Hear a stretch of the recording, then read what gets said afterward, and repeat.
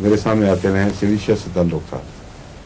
اور ایک یہ بھی وجہ ہو سکتی ہے کہ پاکستان کی آب و ہوا میں اور ان حالات میں سلیشیا ہی دوا ہو. بعض دفعہ مختلف قسم کی آب و ہوا، مختلف قسم کے سالٹس، ٹرینز یعنی زمین کی طرز اور خاصیت، یہ ساری دوائیں معین کرنے میں خاص طور پر مددگار بھی ہوتی ہیں اور بعض بیماریاں پیدا کرنے کے موجب بھی ہوتی ہیں.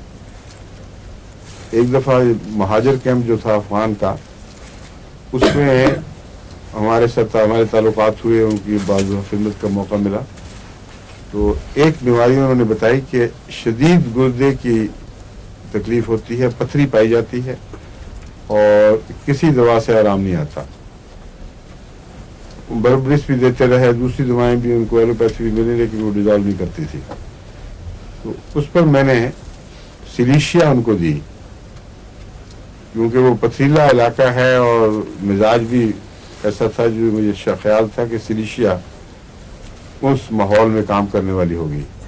وہ لوگ پتھروں کے اوپر پیستے ہیں بعض دفعہ گندم وغیرہ، اور ان کے کھانے میں یہ پتھر وغیرہ، سلیکان، یہ بہت ساری چیزیں اندر جاتی رہتی ہیں. تو اس خیال سے کہ سلیشیا کا اس پہ عمل دخل ہوگا. سلیشیا دلوائی جمع کیلکیریا کاف، وہ بربرس وغیرہ، اور حیرت انگیز بعض شفا کے کیسے سامنے آئے کہ وہ پتھریاں جو بالکل سخت تھیں اور بالکل اثر نہیں دکھا رہی تھیں، وہ ریزہ ریزہ ہو کر نکلنی شروع ہو گئیں. بعض دفعہ بڑے ٹکڑے نکلے تو میں نے دیکھا کہ سلیشیا ان کے سیمنٹ کو گھول رہی ہے. جو علامتیں اکٹھی کی ان سے یہ اثر لگتا تھا کہ پتھریاں بعض دفعہ چھوٹے ٹکڑوں میں سیمنٹ کے ذریعے جڑی ہوتی ہیں.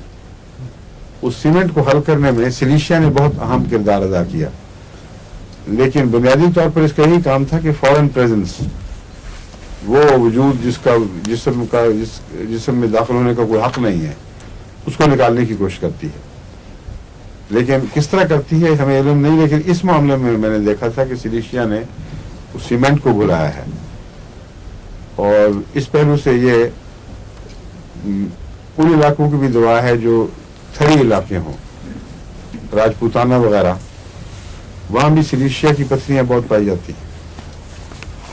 اور وہاں معلمین ہمارے پاس تھے جن کو بہت شوق تھا، ان کے ذریعے میں نے استعمال کرائی. تو ان کی رپورٹ یہ تھی کہ بہت ہائی انسیڈنس ہے، بہت جو نسبت ہے شفا کی خدا کے فضل سے بہت زیادہ پائی جاتی ہے. تو سلیشیا کو بھی اس میں یاد رکھنا چاہیے